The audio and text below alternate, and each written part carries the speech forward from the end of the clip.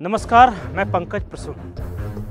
दोस्तों, आपने कभी सोचा है कि कुछ वर्ष पहले इस देश में किसानों की आत्महत्या एक बहुत बड़ा मुद्दा हुआ करती थी। उसके बाद कर्ज माफी एक दूसरा मुद्दा था कि किसानों ने जो कर्ज लिया है उसको हम माफ कर दें, और किसानों की आत्महत्या, किसानों द्वारा कर्ज माफी, इन तमाम मुद्दों को लेकर एक पूरी सियासत चलती थी। लेकिन अब किसानों द्वारा की जाने वाली आत्महत्या शायद मुद्दा नहीं रही। शायद अब कोई सिर्फ ऋण माफी के नाम पर चुनाव नहीं जीत सकता, उसको और भी बहुत कुछ देना होगा। ये कैसे हुआ और क्यों हुआ, इस कहानी को आप जानिए। और आज एक बड़ी घटना हुई है। वो घटना क्या है, वो पूरी बात जब आप समझेंगे तो सारा सवाल बिल्कुल उसका आसान जवाब आपको मिल जाएगा। लेकिन उससे पहले आप हमारे चैनल को सब्सक्राइब कर लें, इस वीडियो को लाइक कर लें। दोस्तों, शुरू करते हैं कर्नाटक से। कर्नाटक में इस साल सूखा पड़ा है। कुल मिलाकर 236 तालुका हैं कर्नाटक में।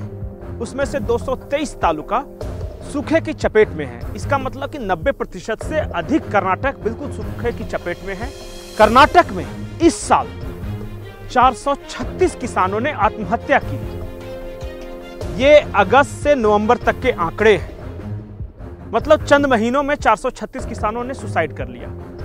ऐसे में कर्नाटक सरकार ने भारत सरकार से 18,000 करोड़ का पैकेज मांगा है। पैकेज मांगना कोई बुरा नहीं है, आप मांग सकते हैं।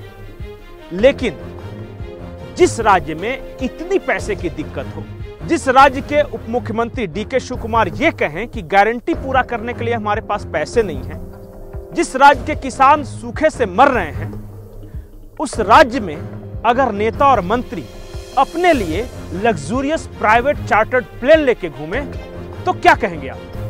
पैसे की फिजूल खर्ची या ये उनका अधिकार है? यकीन ना हो तो देखिए कि कर्नाटक में एक जाकिर साहब हैं, वो मंत्री हैं, और खुद मुख्यमंत्री सिद्धारमैया, वो लग्जूरियस चार्टर्ड प्लेन में क्या अय्याशी कर रहे हैं और उसकी तस्वीरें बकायदा ट्विटर पे डाल भी रहे हैं। आप पहले उन तस्वीरों को देखिए, उस वीडियो को देखिए, और उसके बाद आगे की कहानी।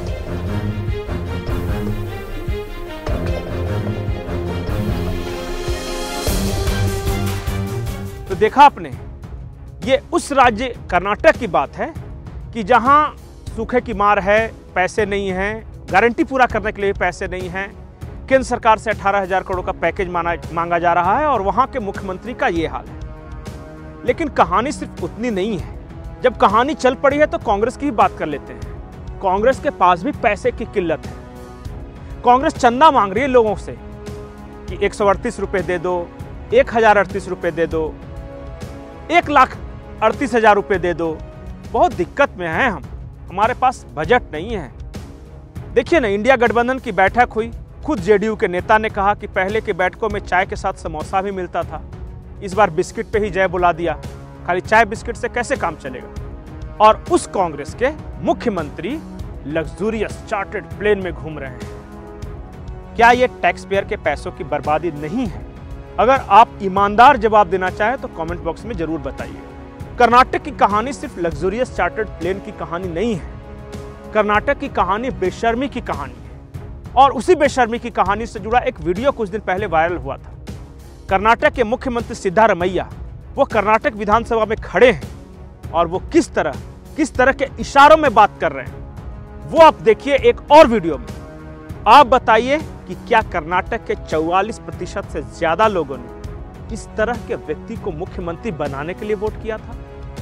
वो वीडियो देखिए, जो सिद्धारमैया है वहां के मुख्यमंत्री, वो क्या क्या इशारे कर रहे हैं गंदे गंदे। उसके बाद आगे की कहानी।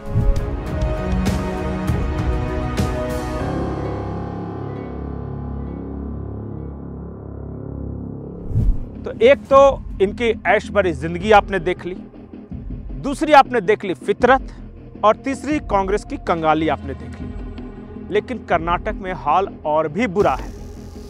अभी चंद दिनों पहले, मुश्किल से 2, 4, 5 दिन पहले, बेंगलुरु में प्रो कन्नड़ा समूह, मतलब कि वो कर्नाटक के अस्मिता, वहाँ की संस्कृति, वहाँ की भाषा के लिए लड़ने वालों के समूह, वो बेंगलोर में मारवाड़ियों के दुकानों में तोड़फोड़ कर रहे हैं, हंगामा खड़ा कर रहे हैं, बोर्ड साइन बोर्ड तोड़ रहे हैं और बगल में खड़ी पुलिस हंस रही है।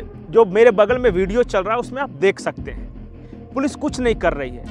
वजह आपको पता है क्या है? उनका कहना था, ये हंगामा तोड़फोड़ करने वालों का कहना था कि तुम्हारे दुकान में जो साइन बोर्ड लगा है उसमें अंग्रेजी के शब्द थोड़े बड़े हैं और कन्नड़ के शब्द थोड़े छोटे हैं, ये हम नहीं होने देंगे। इसके अलावा मारवाड़ी भागो, इस तरह भागो भगाओ की राजनीति हमने कई राज्यों में देखी है। इसी बेंगलुरु में कभी असम के लोगों को भगाया जाता था, वो हमने देखा है दौर। हमने देखा है वो दौर जब राज ठाकरे उत्तर भारतीयों को भगाते थे। हमने देखा है दौर जब झारखंड से भी बिहारियों उत्तर प्रदेश वालों को भगाने की बात आती है। कई राज्यों में इस तरह की राजनीति चलती रहती है। मैं नाम सबका गिनाना ठीक नहीं होगा, दक्षिण भारत में तो इस तरह की राजनीति खास तौर पे चलती है। तो क्या व्यापारियों मारवाड़ियों को भगाने के लिए आपको 44.4% जनता ने वोट दिया?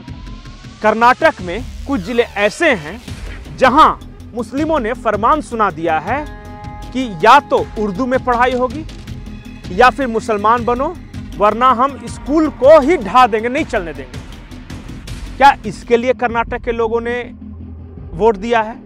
या फिर ये पुरानी बेशर्मी है? जो अब मूल सवाल पे आता हूं कि पहले किसानों द्वारा आत्महत्या क्यों होती थी, अब क्यों नहीं हो रही? देश भर में नहीं हो रही, लेकिन कर्नाटक में आज भी किसान मर रहे हैं। जब विलासराव देशमुख कांग्रेस की सरकार थी तो विदर्भा में किसान मरते थे। आखिर ऐसा क्यों होता है कि जो पार्टी किसानों और दलितों, अल्पसंख्यकों, आदिवासियों के हित की बात करके ही आती है, कांग्रेस तो किसानों की पार्टी है ना उनके अनुसार, लेकिन उनके ही राज में किसान आत्महत्या करते हैं। और जो किसानों की पार्टी नहीं है, जो सो कॉल्ड कथित तौर पर पूंजीपतियों की पार्टी है, उनके राज में किसान आत्महत्या नहीं करते। किसानों को पक्का मकान भी मिलता है, किसानों के खाते में हर साल 6,000 रुपये भी आते हैं, किसानों को यूरिया भी सस्ता मिल जाता है, नीम कोटेड यूरिया, किसानों के लिए शौचालय भी बन जाता है, किसानों को नल से जल पानी भी मिल जाता है। कथनी और करनी का फर्क, ये है कर्नाटक की सरकार और ये है कांग्रेस। अगर आपको लगता है कि मैंने कोई गलत बात कही है तो उस गलत बात को भी आप कमेंट बॉक्स में लिखें कि ये बात आपने गलत कही, या फिर ये बताएं कि जो सिद्धारमैया जो कर रहे हैं वो सही है या नहीं है, उनकी गलती है या नहीं। आप तमाम अपनी राय जरूर भेजें। दीजिए इजाजत, नमस्कार।